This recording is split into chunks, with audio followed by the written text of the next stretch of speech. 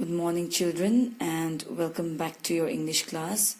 Today's topic is about elements of a story, and the aim is you will be able to identify the main elements of a story, including characters, setting, beginning, middle, and end. So let's start.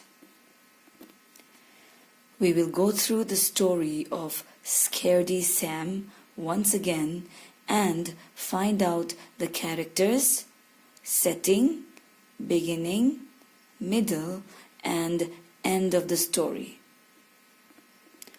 The characters in the story are Sam, Sid, and their mother. The setting of the story is Sam's house. What happens at the beginning of the story? In the beginning, Sam and Sid are drawing with crayons and paint. What happens in the middle of the story? In the middle, Sam gets scared of the dark corridor. That is the problem in the story and the middle part of the story. What happens at the end of the story?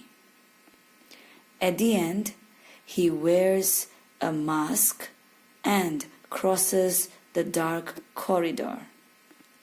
He feels brave and strong enough to fight his fear of the dark.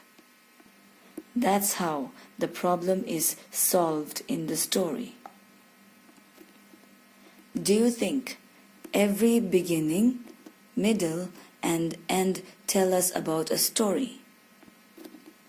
Yes, the beginning introduces the story. We find out about the characters, the setting, and then we find out about the problem in the story.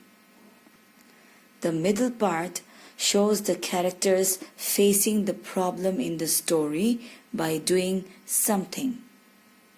The end part solves the problem in some way. Do you think the problem is always solved in the end?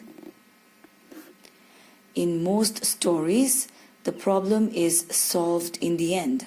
However, in some stories, the problem is never solved or a new problem comes up. These stories don't usually have happy endings.